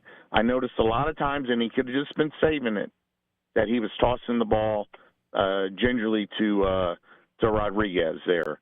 So again, he may have just been saving it, saying, I don't need to throw it hard right now. But we'll see. We talk a lot about, or I did, thinking about, did that week wear them out? And the one player that really looked worn out and limping around at the end was obviously Colt Brown. He caught a lot of innings and a lot of pitches in the heat and all the travel. And, I know he's young, but, man, he had to be totally worn out at the end of that week after the tournament. How worried are you about him and just the team in general? Because, again, they're going to be playing a Cincinnati team that went to Arizona, got beat 10-2, and went home and played one game. I think that is definitely a concern. I was more worried with Colt when he got hit a couple times. He was moving pretty slow, sore. I think all of that's a big concern. I don't know. I know if you want to go far this weekend, you have to win that first game. I don't think you can start out in the losers bracket doing that. Yeah, it's gonna be tough to do. All right, so from a logistical standpoint, I know it was certainly not anything you want to do, having to go play with Troy. But if it was up to you, would they continue the tournament in Montgomery? And I know it's hard to judge it based on having to make these contingency plans that no one really wanted to make. What was your takeaway from the whole experience there? Well, I still think Montgomery's an awesome place. The downtown was awesome. I would keep it there. It's been once every 5 years that the weather's been bad, that we really had to change things up. I might look at something a little closer. Auburn, Montgomery, University of Auburn at Montgomery. I believe they have turf at their field. Now they may not have the TV cameras, so that may have been the condition there. My understanding is the AA team that is there is looking at putting turf in the infield. That would speed up things as well. But we'll see what happens. I like it in Montgomery. I'm not sure where else you go, because if you're going on the coast, Biloxi or Pensacola, Memorial Day weekend, hotel rooms are going to be crazy. So I like Montgomery. All right. So in terms of the pitching, it shouldn't be. You don't want to get in the losers bracket, but it shouldn't be as taxing as trying to maneuver a 10-team double elimination tournament. Do you feel like the way Ty Roman is pitching right now. You got to feel pretty good about where you are pitching-wise going into the regional. Honestly, I love where we're at right now because you mentioned Ty Roman. You saw Sawyer Pruitt come through for 7 innings, and then you saw J.R. Tillett with another 4 innings plus. I mean, I just like the way the guys are throwing the ball right now. I mean, I love hitting, but honestly, what happened this weekend with the pitching has just been phenomenal. So if we get some rest, yes, I like the way we're at. All right, so big picture, how do you interpret what they were able to do after all the offseason concerns that the program is in trouble because of the era that we're in? Like, how do you interpret that now that they've done this? Moving forward, I think we're going to be fine. I think you see just talking to the guys. Now, anything can happen if you throw people enough money, but I think you're in an era now that I think that when we get the guys that are here that are freshmen and we can continue to keep, like, forget the freshmen, but the Owen Galts of the world, the guys that are sophomores that'll be coming in as juniors, those are the guys that I worry about that may leave because of playing time or something like that. I think there's a way to keep them all happy, but it's a crazy world. I don't know, Kevin. It is. So let me ask you this. If you're the softball coach, say, we're worried about how the Cajuns fit into this brave new world that we're in college athletics, it's got to give you hope. Like, it can be done. Like, don't you think? Oh, absolutely. I think so. I do think that winning helps with a lot of ills. I think when you're leaving, guys are going to leave. But winning, I think, and this team has been very close all year, and I don't think that this is going to be broken. But to your point, softball and the other sports, there's a way to do it. And I just think softball and baseball players are built different. And there's no question you could see the mental toughness and the togetherness. Even in that last inning on Sunday, all 3 outs were line shots that just as easily could have been hits. And if even one of them would have been a hit, who knows what would have happened? Well, I forgot who it was. It went to right center. Right. And I'm going like, okay, that's going to be in the gap for a double. And then the center fielder moved over and caught it. I'm going like, oh, my gosh. Yeah. It crushes you right there. Absolutely. But, no, I just wanted to get you on because I know you were there and kind of experienced it all. And it's a week that whether you were there or watching it on TV or listening on the radio, it was a week, Cajun fans won't soon forget. Absolutely. All right. Well, we'll see you in Starkville. Sounds great. Appreciate it, Kevin, Appreciate as always. It. Thanks, Craig. Look, it'll be interesting to see how they do the defense. Defense is so important and so overlooked and so underrated. And so I'm sure they'll have some interesting decisions to make on how they do the defensive alignment like Craig was talking about. We'll take a timeout and be back. This is Footnotes, live on ESPN 103.7 Lafayette and 104.1 Lake Charles, Southwest Louisiana's sports station. This game isn't fun. This game is a war. It's time for the 2-minute drill. Hurry it up, hurry it up, hurry it up. Powered by B1 Bank. Visit B1Bank.com to find a location near you. Come on, let's go, you guys. Get in here, we gotta go fast now.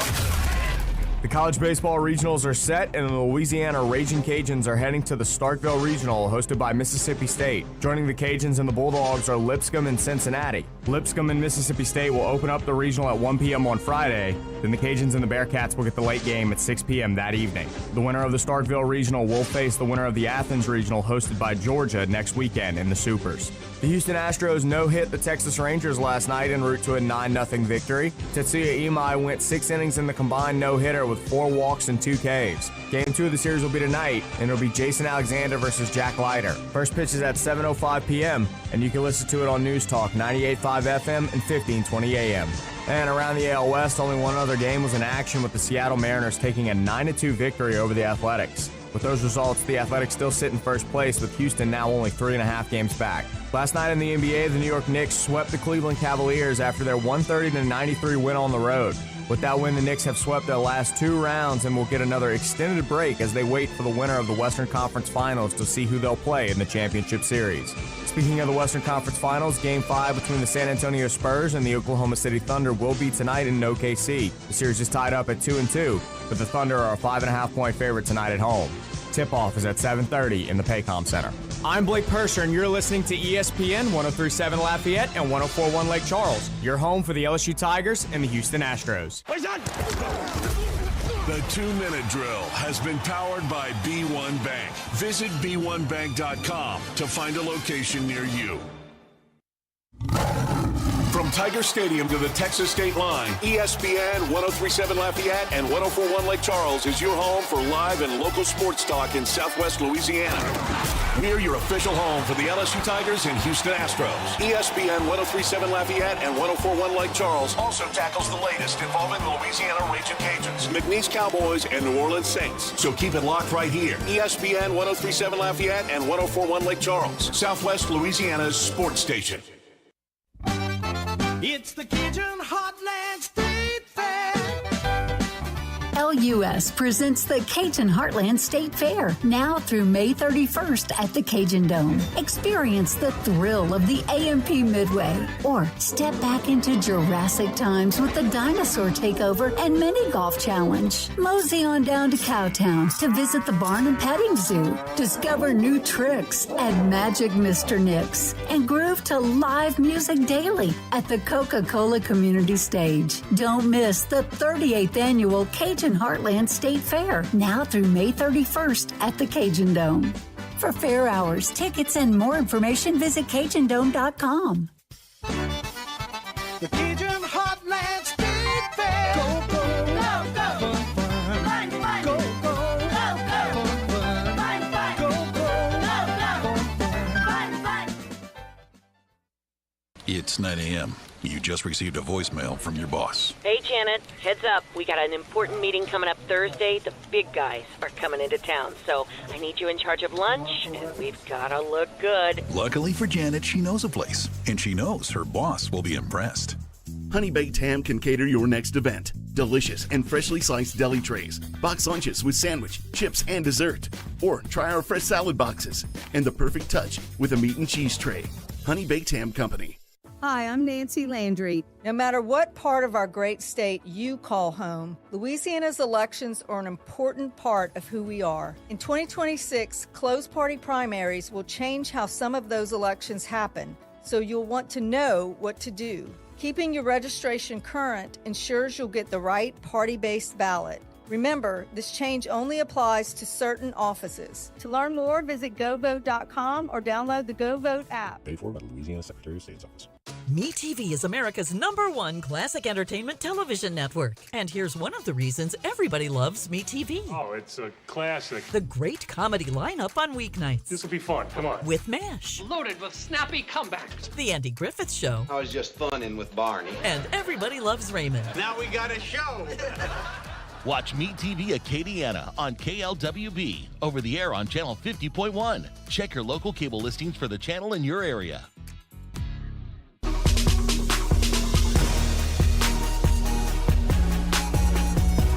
Helping you get through your workday. This is ESPN 103.7 Lafayette and 104.1 Lake Charles, Southwest Louisiana's sports station. Welcome back to Footnotes. Again, it's been a day of trying to get caught up of everything that happened. It would just seem like a really long weekend, like some late nights, like Greg was talking about, no question, and very exciting tournament week, and you just hope it didn't take too much out of them. And we'll I guess you never really know. Just because they lose doesn't mean it was because they're tired. If they do lose on Friday, but it'll be something that will be, in the back of some people's mind, and we'll just see how it plays out moving forward. All right, if you would like to get us on the ESPN hotline, feel free, 706-0111. Kate, the Sun Belt did get 5 in. Look, I understand the skepticism that many people had. Oh, there's no way they're going to put in. And I certainly didn't know for sure that they would. But as the tournament played out, you know, Troy had some really good wins. Texas State had some really good wins. And I try to remind myself and y'all that this is the one sport where the Sun Belt could get the benefit of the doubt. The Sun Belt is not going to get the benefit of the doubt in any other sport from an NCAA committee. It's just not going to, unless things, I guess softball in a given year potentially could, but not, you know, softball to me, the softball is deeper than it used to be, but it's not nearly as top heavy as it used to be. The third or four best teams are not as good as, you know, like the years where, if you remember, where the Cajuns were good and South Alabama was good, and then one year they had a year or two there where Worcester, Kentucky was really good. Like the third place team now is not as good as those third place teams. Or the years where South Alabama was good and Texas State was really good and the Cajuns were really good. The top 2 or 3 teams are not as good as those teams, but it's a lot deeper. Like the 8th place team's way better than the 8th place team used to be in the Sun Belt. So softball's gotten deeper. I just don't think as top heavy. But on the baseball side, again, you had 5 teams that had legitimate arguments. Not a stretch. They had legitimate arguments of being in. And because the league is respected, they got in. And it's not just respected, it's that you're doing scheduling-wise, like we talked about with Troy. You're doing scheduling-wise what it's going to take. Doesn't mean because you do it, it's going to work. I mean, the Cajuns opened the season with Missouri State. Most people didn't have an idea who Missouri State was. You know, Missouri State is not like this big-time program, and I'm sure there were plenty of people that didn't know anything about Missouri. Oh, who they opening with them? They're not good. You know, that's just kind of the way that people, that you know, so many people, everything's about the SEC or the Big 12 or the Big 10, depending on what sport you're talking about, and they think everybody else just stinks. Well, turns out Missouri State's pretty good. Missouri State has an RPI of 23. But again, it was great that they scheduled Missouri State. Didn't mean that Missouri State was going to have the year. They didn't know that, but it worked out. So sometimes you can schedule and it just doesn't work out.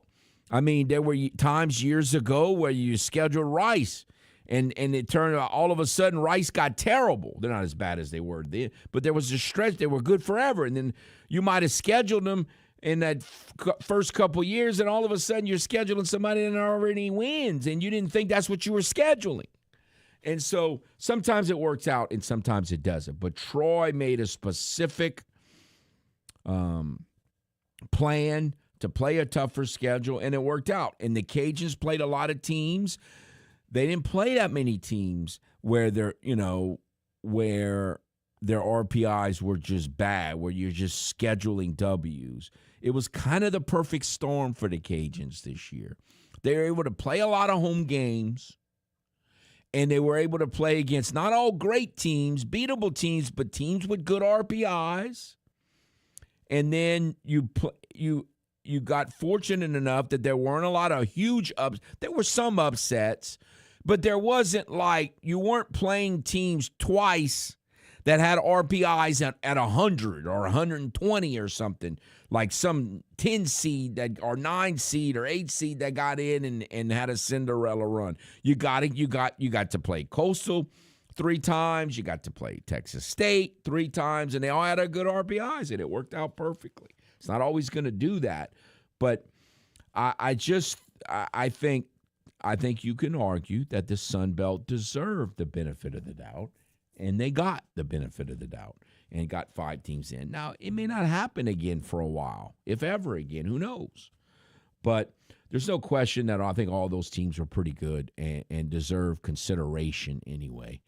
And they got it. So good for the Sun Belt, good for those programs. Now, again, Texas State's not even going to be in the conference next year, so that is what it is. But, and I think they'll find that, things probably won't work as well for them now that they're not, but we'll see how it plays out. But no, it was certainly good for that, and it makes you feel like you don't have to schedule crazy. You just have to schedule well, and you can be rewarded. We'll take a timeout and be back.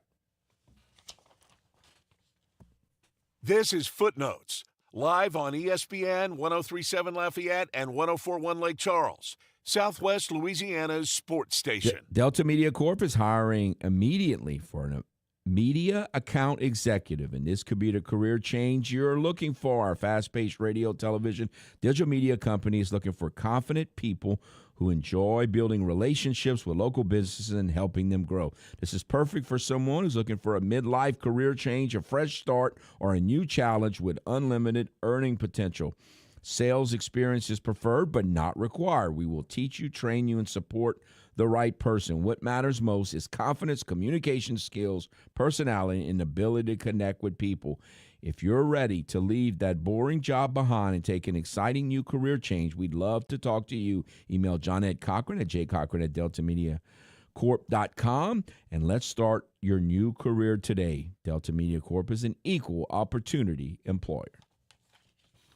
ESPN 103.7 Lafayette and 104.1 Lake Charles is your home for the Houston Astros. And the Astros stun the Mariners. Hunter Brown, Yordan Alvarez, and the rest of the Astros are looking to get back to the postseason. You can listen to every pitch, hit, and thrilling victory of the Houston Astros. Incredible! As Robert Ford and Steve Sparks will be on the call. Tune in this season for live Astros baseball on Southwest Louisiana's sports station. Hi, I'm Nancy Landry. No matter what part of our great state you call home, Louisiana's elections are an important part of who we are. In 2026, closed party primaries will change how some of those elections happen, so you'll want to know what to do. Keeping your registration current ensures you'll get the right party-based ballot. Remember, this change only applies to certain offices. To learn more, visit govote.com or download the GoVote app. Paid for by the Louisiana Secretary of State's office. Your Honor, I would like to introduce exhibit number 1. MeTV is America's #1 classic television network. There can only be one number 1, me. MeTV features over 60 of the greatest classic TV series each week. Go with the winner. Enjoy dramas, comedies, westerns, sci-fi, and more. You just watch me. Watch MeTV Acadiana on KLWB, over the air on Channel 50.1. Check your local cable listings for the channel in your area. MeTV is memorable entertainment television. We are Lions International, the world's largest service organization. We are volunteers committed to strengthening our communities and supporting those in need, one act of kindness at a time.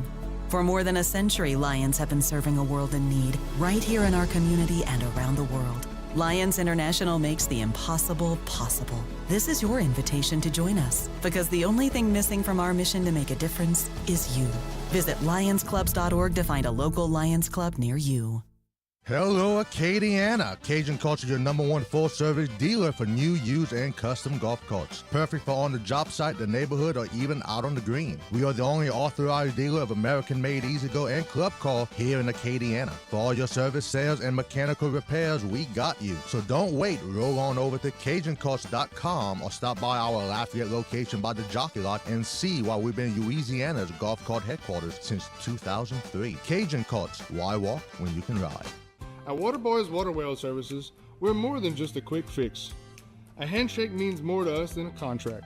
From water treatment that protects your home and health to expert well drilling, pump installation, and maintenance, we've got your water covered. Cleaner, safer, better tasting water starts with trust and ends with Waterboys. Proudly serving Louisiana families with integrity and experience. Waterboys, high quality H2O products, 337-678-9955. Are you fluent in Footlish? Probably not, but not to worry. We're here to help with the Footlish Dictionary. The Punks, A Major League Baseball team that, according to Kevin, acts like a bunch of loudmouth punks, also known as the Los Angeles Dodgers. Now, back to the man with his very own language, Kevin Foote and Footnotes on ESPN 1037 Lafayette and 1041 Lake Charles, Southwest Louisiana's sports station. Welcome back to Footnotes. One of the things we try to do is on this show, and again, sometimes I forget to do it or get distracted and don't do it, and Jay typically helps me, but this is even way before Jay. Manny Fernandez died over the weekend, and so you got to be really old like me to remember who Manny Fernandez was. Wore number 75 for the Miami Dolphins. He was a defensive lineman on the – you may not have been around there, but you've certainly heard about the 1972 Dolphin team that didn't lose any games and had the perfect season, and they talk about that every time somebody finally loses a game that hadn't lost one. So, yeah, he was on that no-name defense with Jake Scott, 13, and Anderson 40 and Manny Fernandez 75 and Vern Den Herder and Doug Swift, and they had a lot of good players. Nick Bonacani wore 85. The cat was the middle linebacker, wore number 85. And so they obviously had a lot of good players, and he was one of them. And I don't know. I've told the story before. We had a family friend when I was a kid from Miami, and so they would send us a lot of Dolphin stuff. So I kind of pulled for the Dolphins. I didn't pull for the Gestapo teams like the Steelers and the Raiders and the Vikings. So I pulled, obviously I was a Saints fan, but I also kind of, when those teams would play, back then the Saints were nowhere near the playoffs. So when they would get in the playoffs, I would pull for the Dolphins or the Cowboys because they beat the Vikings and that kind of stuff. So, no, Manny Fernandez just I'm getting old, and so the guys that I watched as a kid are starting to die off. That's just the way that works. But, no, he was not one of the people talk about Zonka and Kick and Morris, and on defense they talked about maybe a Jake Scott or a Nick Bonacani. Vern Den Herder was pretty well known, but he wasn't the most well-known of the defensive guys, but a real good defensive lineman on that no-name defense. Passed away this weekend. So, I don't know who's going to win tonight. James, do you have a real good feeling about who's going to win Game 5 tonight? I don't know what to think of that series. It's supposed to be that way. That's the way. I'm glad it's that way. Yeah. This is a good I don't know series. Who's going to win that game. My thing is, I'm not going to overreact to whoever wins tonight. Because I still think even though it's a Game 5. Because I still think this is a 7-game series. Yeah, it looks like a 7-game series. Yes. So I could easily see the Spurs winning tonight and going up 3-2, and then it comes down to the Thunder needing 2 games to come back and win.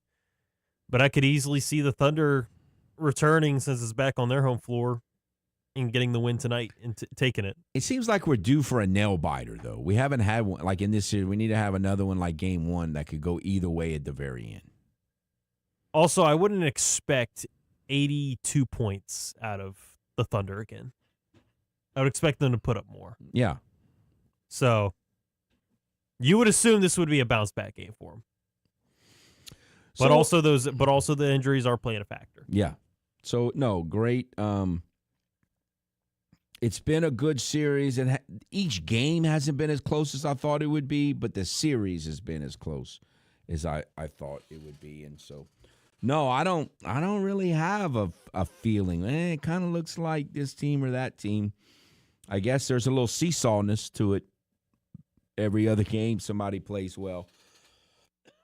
So I could see that happening. But if whoever wins tonight, the natural reaction is going to be to think that they're going to win the series. Like when it's 2-2, I think the percentages weigh fairly heavily in the favor of the team that wins Game 5. Doesn't mean it's going to happen, but seems that way historically. And so there'll be a lot of people starting to analyze, okay, how is that team going to match up with the Knicks? But you're right. This seems like a series that's going to go 7. And then we'll see. Again, that's how we use the word legend a little too much, but that's how legendary figures are born. You know, whether it's Wemby or, SGA's already got 2 MVPs, so he's already kind of established himself. But those Game 7s in a tight series like this is what you're largely remembered for. And so we'll see who steps up that. But it'll be an interesting game tonight for sure. All righty. Y'all have a good one. Imagine building your dream backyard pool without ever leaving your couch. With Duplessis Builders, you can go shop our in-ground gunite pool packages online, start to finish. Browse our pool designs, compare features, see exactly what's included, and choose the package that fits your style and budget. Once you purchase, our team takes over. From permit and excavation to gunite decking and final startup, you click, we build, you swim. Your backyard upgrade is just a few clicks away. Visit duplessisbuilders.net and buy your pool online today. It's May, and spring is finally here. A time of growth, renewal, and hope. And what better time to kick off Mental Health Awareness Month? Johnwell Therapeutic Services are proud to highlight May as National Mental Health Month. Remember, it's okay to ask for help. Reach out to a friend, family member, or professional if you need support. It's okay to take things one step at a time. You're not alone.